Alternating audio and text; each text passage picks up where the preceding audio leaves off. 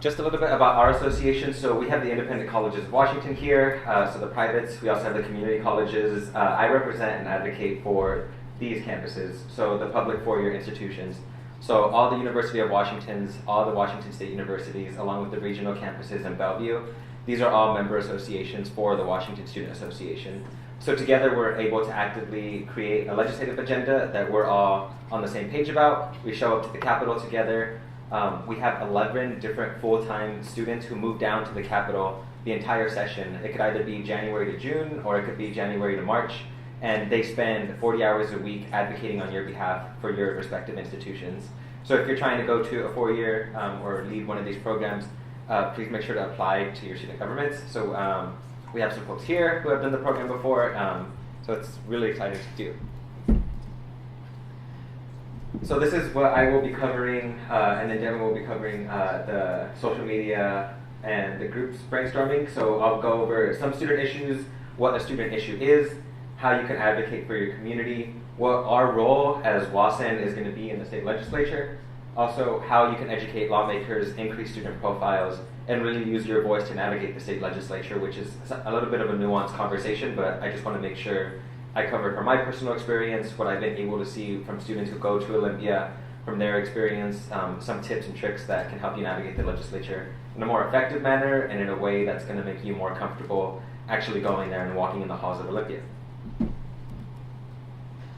So the way I always start these conversations is that every student profile is different. There really is no fixed student profile for an undergraduate or a graduate going to university or college. For that matter, high school students, every student comes from a different background, and they all face different issues. So it could be whether cost of attendance, what your housing is, what your financial aid package looks like, what your faculty retention rate is. These are all issues that are going to impact your academic future. And so our association really tries to compile all of these issues and make sure we're advocating on behalf of all students. For the sake of WA-SEN, we're focusing on financial aid and college attainment. So the state need grant is obviously one of those ways where we can increase college attainment and make sure students are actually getting to the table and not really having to worry about that much about their financial aid situation. On this topic, the way I try to tell students to identify an issue at their university or at their college or school is that you might be facing an individual problem. You might think that the way that you're receiving financial aid or you're not receiving financial aid is your sole individual problem. But as you start talking to more students on your campuses, you're realizing that this is part of a larger issue. So there's a difference between the individual problems that you face and the issues that are able to compile into some kind of statewide legislative action or into some kind of university policy that is going to impact not just you, but the lives of others on your campuses. So as much as you think that you're alone in a lot of these situations, just know that your story is probably going to help vocalize other stories on your campuses from students who might not have realized that they're even affected by that particular issue. So the engagement network, why do we educate and why we're in Olympia? Conversations regarding your future are going to happen with or without you. Whether you show up to Olympia or not, these policies are going to get made. And so it's important that we're bringing students to the center of the policymaking in Washington State, which is the capital here in Olympia. It's very daunting of a task to come to Olympia as one not being a paid lobbyist or not really having that much experience. But as everyone's been saying, your voice is authentic. I don't think I've seen a legislator cry, but I wouldn't doubt it. I know that has been mentioned. They do cry. Okay. There was a picture I was trying to find in a video I was trying to show up to y'all, but one day I was testifying in Olympia, and it was regarding the clearing. And we were just going there and voicing our support for K-12 education, because we want to make sure that we're not just talking about the four-year universities, but we're talking about the entire pipeline from kindergarten and early learning all the way to you're done with graduate school. So it's not just your undergraduate career that we want to focus on, but it's also higher degrees of college attainment. But there was a little girl, probably 6 years old.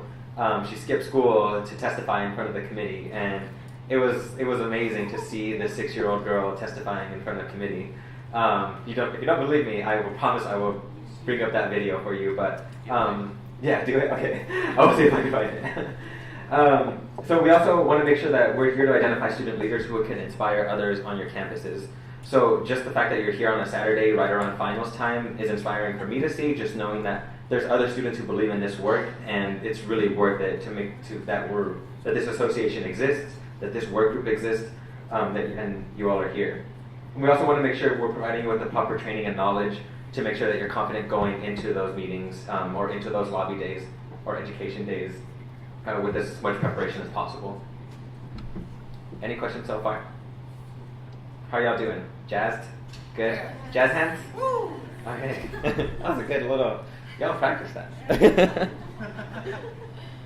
So advocating in your community. This is a little bit of organizing 101.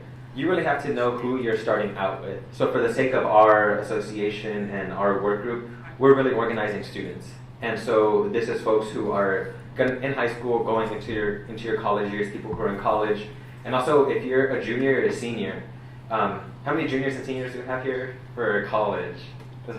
Okay, so what I always tell folks is that you might not see the change that you want to actualize in your term, but you're really helping advocate for future generations of students. So it's either going to be your little brothers and sisters, it's going to be your kids who are going to be stepping into these roles. So just know that that level of empowerment starts now. So seeing you all as advocates for your communities and directly advocating for folks who haven't even started college or don't even know what the state need grant is really inspiring to see. So just know you're really setting the foundation for some really good work that's going to be done in a few years. Correctional education. Correctional education is one of them that they've been working on it for many years. Yeah. So correctional education. Yeah, that's true. We got a bill passed last year that allowed for technical and community colleges to go into to provide associate's degrees to folks in correctional facilities, and that gives them a way out. So when they actually get out of jail, they can actually have a future. So that's super important. Yeah. So the next one is the how. Really, this is dependent on how you all want to advocate for your communities. Yes, we're going to be going into Olympia and having meetings with legislators, and you're also going to be organizing on campus. But just know that that isn't the only way to organize people on your campuses. Some people are very outspoken. They really like to talk in front of crowds. I get nervous every time I talk in front of crowds, but I'm really good at doing it. So it's just like this balance that I know where my skills are. So just find whatever you're comfortable with. Some people are really great at social media. Other ones are really good at writing thank you letters, media responses. So just know that this isn't going to be the only way that you can advocate for your community. A simple press release or an op-ed in your local newspaper just gets that voice out there and creates that narrative in your community. Also the why. It's really hard to continue doing this work if you don't believe in it. And it's not just this kind of work that we're doing for the state need grant, but it's also any kind of advocacy that you're doing. Some people do it full-time, others like to volunteer for their communities, but just know that as long as your heart is in the right place, it really is worth it. One of my graduate students on Facebook just posted that he doesn't really know if politics is really going to be the future for him because of the bill that passed last night with the Senate, because he put all of this work in and to like push the Senate to not vote for the bill because it really negatively impacts graduate students. But he kind of went on and said that like if he's not doing this work, how is he going to expect other people to believe in it if he's the one like in this institutional power? So just know as long as your heart is in it, it makes it a lot easier for you to advocate for your community. So find that passion, and I think you all being here on a Saturday indicates that you have passion for this. So just a little snippet for WA-SEN. It's really us to aid in organizing students from across Washington State, to educate lawmakers on the importance of college attainment, and fight to fully fund critical financial aid programs. So that's how I would catalyze or really capture the who, the how, and the why for the WA-SEN group. Any questions? Yeah. So I love lobbying, but I also loved when I was at UC Santa Cruz, we would shut down campus for like a few days if like we like didn't like a policy. So like I played these different roles. So like find your role. Educating lawmakers and increasing student profiles. We want to bring students who are most impacted by these policies directly to lawmakers. So this is us either in legislative meetings individually with lawmakers or testifying in front of committee. So here we have a picture, it's an old picture from some student lobbyists working with legislators in Olympia. Our president now, Marissa Miranda, testifying in front of House Higher Education for the state need grant. We just want to make sure that you're really the face of the organization and you're the face of this work. We also want to make sure we're effectively outreaching to represent populations who can't be present. So a lot of you all are able to be here either because you know that you can balance your academics and your extracurricular activities, or you knew that you had to make some kind of sacrifice to be here for the students who can't be here. And that's always going to be, in a lot of cases, that's going to be the case where you know that there's 30 different students at your campus who wanted to be there, but just didn't have the time to, or they didn't have the resources to, or they had to take care of their family, or they had to work. So just know that you all are going to be vocalizing the stories and the narratives and opinions of students who don't even know that these conversations are going on, and a lot of your work might go unnoticed. And that's the case in this work, is that you'll be doing a lot of this work, committing a lot of these hours without a lot of people knowing that you're doing it. But the reward in and of itself is really makes this work worth it. So just know that like your work is valuable. So I know some of you have questions about navigating the state legislature as youth. So I started off in Sacramento, and then I moved here to Washington and I started working in Olympia. And so I'm a 23-year-old just trying to navigate the state legislature when I know that this system inherently wasn't built for me. I'm usually the youngest person in the room. Today that is not the case, which is awesome. So there's a lot of kind of nuances that you'll face as a student. So the youth and student narrative is sometimes missed from the state legislature because of your academic schedules. Because you all don't live here full time, these conversations are going to happen with or without you. So these policies are going to be created. But the more that you're there, the more that you're present, the more that influences the policy that is going to be created. It also puts a face to the numbers. So as much as we talk about the 20,000 students who are unfunded, when you get someone into the room with the legislator, one of those 20,000 students who is not funded by the state need grant, that really puts a face to the number. And when they're talking about these numbers, it's not just more of a $20,000 students on an Excel sheet. It's one person who you can visually see. And when Representative Stamball was saying that like your face will flash before their eyes before the vote, I think that actually does happen. So your face actually does influence policy. Also, issues impacting youth are not prioritized, or they're really left as discretionary line items. So as much as K through 12 needs to be mandatory, it's mandated that it has to be funded, higher education is not mandated like that. Higher education is usually one of the first areas where people cut budgets.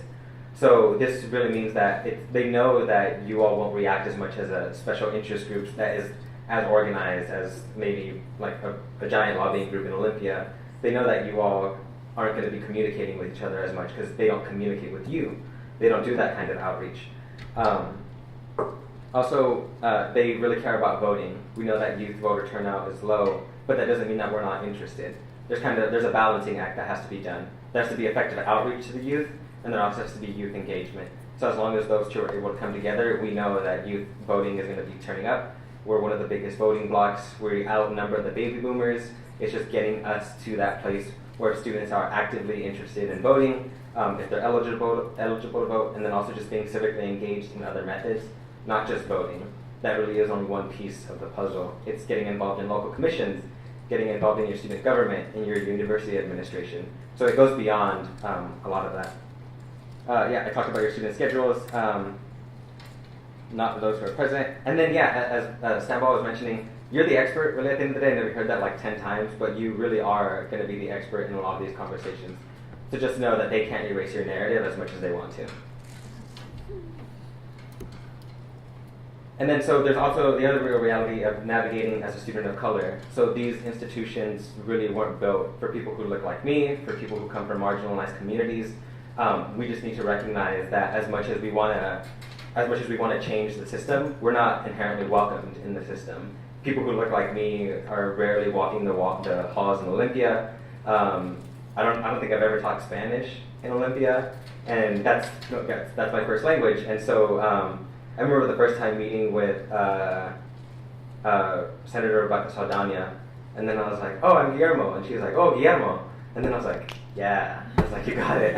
And so even just like that, like someone recognizing that they can say your name properly as the way it was intended to be said is really welcoming. So there are mentors and there are legislative champions who really fight for these issues for marginalized communities, but the ones who are going to be the best advocates are the ones who come directly from those communities and who are going to be impacted by these policies. There's cultural differences with civic engagement. growing up, my family wasn't that, they weren't involved in the political system because they weren't allowed to. Both of my parents were immigrants. It wasn't until I think I was 12 years old or 10 years old where my dad actually became a citizen. And then I remember him voting and then coming back with like the voting sticker. I thought that was the coolest thing in the world. I was like, you got a sticker? I was like, that's awesome.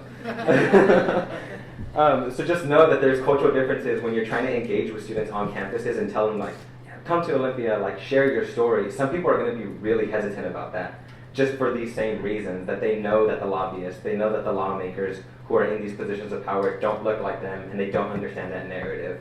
So it's just really trying to understand where students are coming from and meeting them halfway. Just say like, look, like I understand that like you don't trust the system that much. It's like, but the more that we can, that your presence isn't known on campus and isn't seen on campus, the more these kind of bad policies are going to continue to perpetuate your community in a negative way. Yes.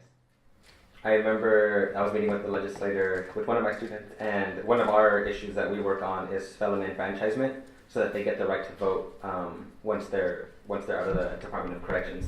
And we didn't even bring it up, but he just brought it up by himself, and he was all like, we shouldn't let these felons vote. He's like, ever. He's like, they betrayed the trust of everyone in Washington. He's like, they're bad people, and he was just capturing all of these people who were in jail as people who should never gain the right to vote again. And I don't remember. I don't know. I don't think I would share it if I did, just because I forgot who it was though. But I remember stepping out of that meeting and like I wanted to say a bunch of things to him. But it was also one of my very first lobbying meetings here in Washington, and so like that's the thing too, is that like we're really taught in this society to sometimes keep our mouths shut because it's going to make things worse. And so it's really about finding the balance of like when you're going to say something and when you're going to educate someone on these issues, because we don't really get those chances to educate lawmakers, and if you don't get that chance in that lobbying meeting, when are you going to get that chance again? And they're going to continue saying these things. So it's like really it's a balancing act. Yeah. Yes. I'll be really quick, I'm sorry. I just want to say to the students of color that are here, hit me up, I'll come with you to those meetings, and I will call them out, because I think it's my job as a white person to communicate with my fellow white people on how to be a decent human being. So I will go with you to the meetings, and I will say something, and I invite my fellow white people to do that as well. That's all. Thank you. The last one is there's a risk of having yourself and the ones you care about targeted. There's a lot of white friends who have become activists.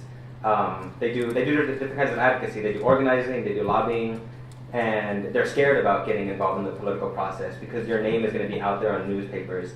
Your name is going to be out there on Facebook being shared, your public testimonies, and there's a risk involved in that. So just know that there's also that kind of way of getting involved in the legislature that's scary. Oh, hold on. I had another one. Okay. Just also dynamics in DC. That also is going to influence a lot of people and how they're going to get involved. If someone's undocumented right now, really isn't the best time to be your own advocate, just because you have a really high risk of getting deported, or you're having your family being deported. The higher education is under attack. Students with disabilities are under attack. Marginalized communities, poor folks are under attack. So it's just know that these kinds of sentiments exist. They're not easy to erase, but just have conversations with students who are facing these kinds of issues. Similarly, in Olympia, it's not blue skies here, where higher education is under attack. There's tuition increases going up this year, despite the tuition decreases and freezes that happened in 2015. Funding for financial aid services, as you've seen, they're not up to par where they should be. Also, critical student services on campuses, mental health services, Title IX and sexual assault services. These are all things that aren't funded. Veterans' mental health. These are all things that need to be paid attention to, because those also affect retention. So just know that these are all things that are going to be impacting students' lives. And it would be ignorant of me to say that recognizing all of these issues as a youth and a student of color, that there aren't issues that women face and that there aren't safe spaces in Olympia. There's a load of articles that have come out recently that have shown that Olympia really is a place where a lot of sexual harassment goes on, a lot of people aren't held accountable. So standing up here as a man and lobbying in Olympia, just knowing that I have a responsibility, along with everyone else in this room, but particularly men have a responsibility to make sure that these spaces are safe and that we're holding other people accountable for the actions that they do. Okay, now the happy stuff. Okay. There is a positive thing about you all getting involved. You all are refreshing. You look young. People breathe in the youngness, and they feel young. You're authentic. You don't speak for special interest. You're not paid.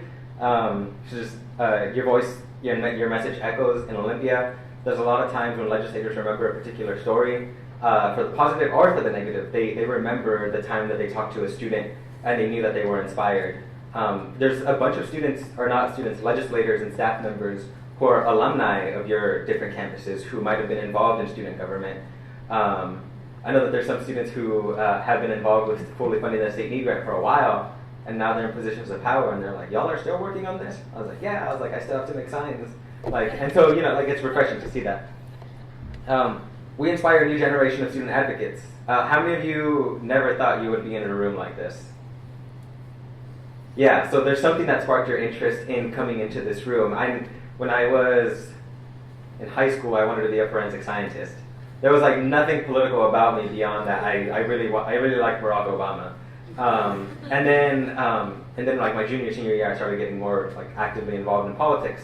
And so I never thought I would be here. But that was as a result of people around me who were influencing me, that saying that you really have to take charge of your own future, and one of the ways you could do that is be your own advocate. And so just know that you all are going to be inspiring other people on campus. As I said, we do have legislative champions and partner organizations who are fighting for racial and social justice. So it is also refreshing to know that when you're talking to someone who either is a member of color or isn't a member of color and is well versed in those issues, it's really inspiring to see that too. I also tell folks, when you get a seat at the table, make sure that you pull up a chair for someone else. The same way that you were offered these kinds of positions, just make sure that you all are going to be transitioning out of high school, out of college in 2-3 years, and you're not going to be here. So just make sure that you're pulling up a chair for someone else who's going to be here in the future. Once you become active, it's hard to stay away. It's almost like working out. Once you get like a good routine going in, it's really hard to stay away from the political sphere. So just know that this is kind of hard to step away from. So once you're in it, just know that you might be in this for a while. Yeah. And at the end of the day, we're all constituents. As much as folks like to think that their constituents are a lot older people, 30, 60-year-olds, you all are constituents just like everyone else. You have just as much a stake in these conversations as anyone else in the state of Washington does. All right, any questions on what I talked about? Because I'm going to go into the legislative process. Awesome. So how does a bill become a bill? I was going to show like that whole... Yeah, were you wearing the shirt yesterday? Yeah, you. So I'm just going to talk a little bit about how a bill becomes law, and then a little bit about how the budget provisos work, and how that's a little bit more of what the state need grant is, but just for your reference. So the first thing is, it's an idea. Everything that happens in Olympia starts off as an idea. It can either come from a constituent, it can come from a special interest group, it can come from an organization, from another state. Usually legislators are inspired by what has happened in states not in Washington. So just know that it starts off as an idea. There's a lot of students who don't know really the solution to their particular issue that they're facing. But that, at the end of the day, isn't your job. Your job is to help identify issues that are impacting your community. There's some meetings that you might face where, like the state need grant, for example, that's an $89 million investment. Sometimes legislators are going to try to turn it around and say well, where would you get these $89 million from? And then you're going to be like, I don't freaking know. That's your job. I'm here to educate you on the issues. So just know that it's your idea, your voice speaking to something that you want to solve. So once you get an idea, the best thing to do is find a sponsor. So a legislative sponsor who's particularly interested in your issue. So, for example, there's a study on child care that we're trying to do through the WSA to assess what kind of facilities exist right now for child care, what subsidies kind of exist to make it more affordable. We didn't have a sponsor a week and a half ago. I mentioned this to Senator David Frott, and he was all like, I would love to do this. He's like, this is a great bill. He's like, send me your outline and I could write the bill for you. And then that just happened, and I was all like, okay. I was like, that was good. Promotion for me. But I'm already there. So just know, so once you find the sponsor, it's going to be introduced. So once it's actually dropped in the state legislature, it's going to get a bill number. For House bills, it's usually, Are House bills 5,000s? House bills are 1,000s? And then Senates are 5 to 6. So House bills are 1,000 to 2,000. Senate bills are 5,000 to 6,000. So it'll get assigned an arbitrary number. That's why usually when there's a big push for a specific piece of legislation, you'll see people with like big signs like SB1 or like SB 52 something. So that's why you just have to recognize that as the bill number. Once it's introduced, it gets assigned to a committee. So whatever committee is the most relevant to that particular bill, that's where it's going to get assigned to. So usually it starts off at a policy committee. So for things that are going to be related to higher education, those go directly to Senate Higher Ed and House Higher Ed. So once they go through those policy committees, they'll hit a fiscal one. And that's usually where bills go to die.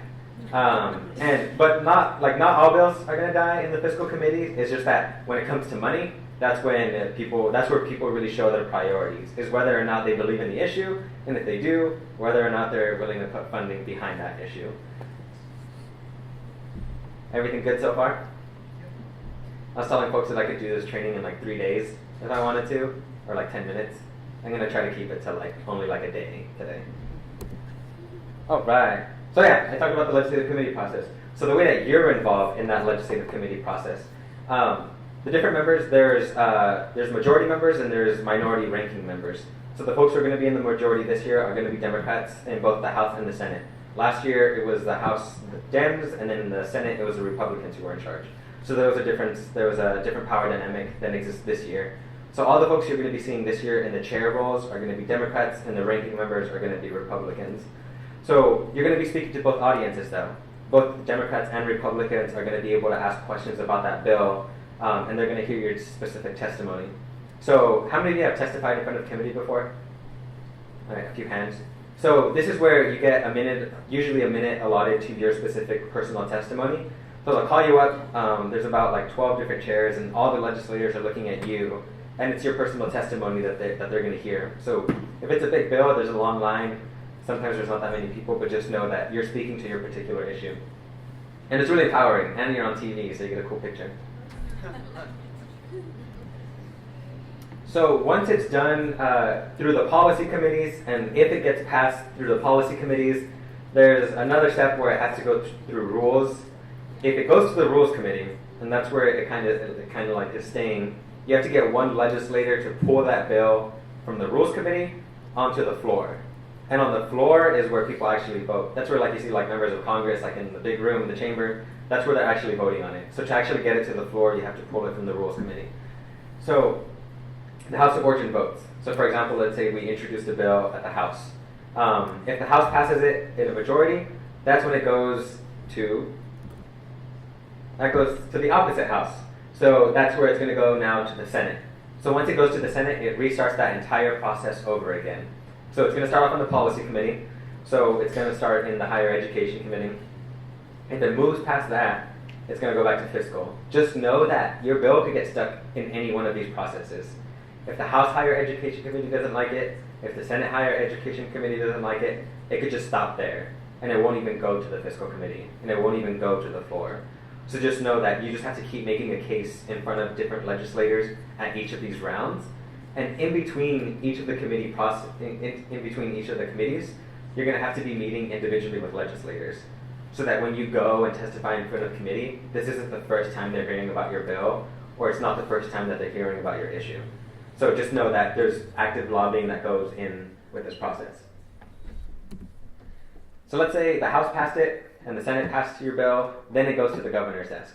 So the governor can either sign it, or he can veto it. Is there a pocket veto here in Washington?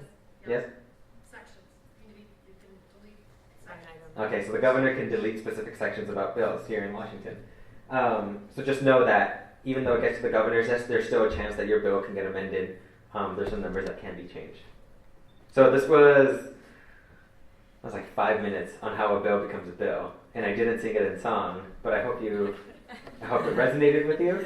Are there any questions about the committee process, how a bill was introduced, sponsored?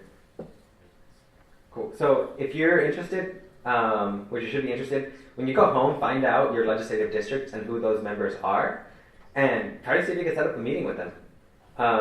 We can't lobby members as WA-SEN, but if you want to go talk to your legislator about issues that are impacting you or your community, set up a meeting. You're a constituent. Set up some like 15 minutes with them. Yes.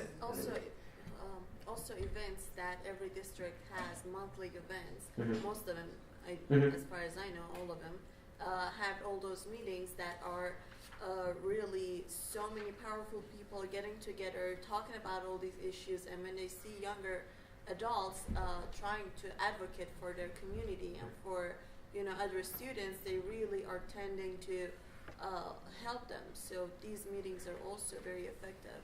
Mm-hmm. Yeah, definitely. Just an idea. Easy way to find out what your district is: leg.wa.gov. Spread it to your students. Yeah, leg.wa, leg, but they pronounce it ledge. .wa.gov.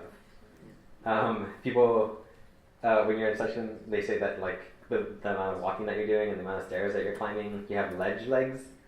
So calves are getting toned. Cool. Any questions on this? Great. So the budget. The budget is a little bit more. It's a little bit weird. But for example, the state of Washington has two different budget cycles. One of them is the biennium, and the other is a supplemental. We're going into a supplemental budget session this year. So the biennium budget is really just the operating budget for the next 2 years. So for 2017-18 and then 18-19. So we just passed that. So there was just a bunch of funding that was allocated for different programs.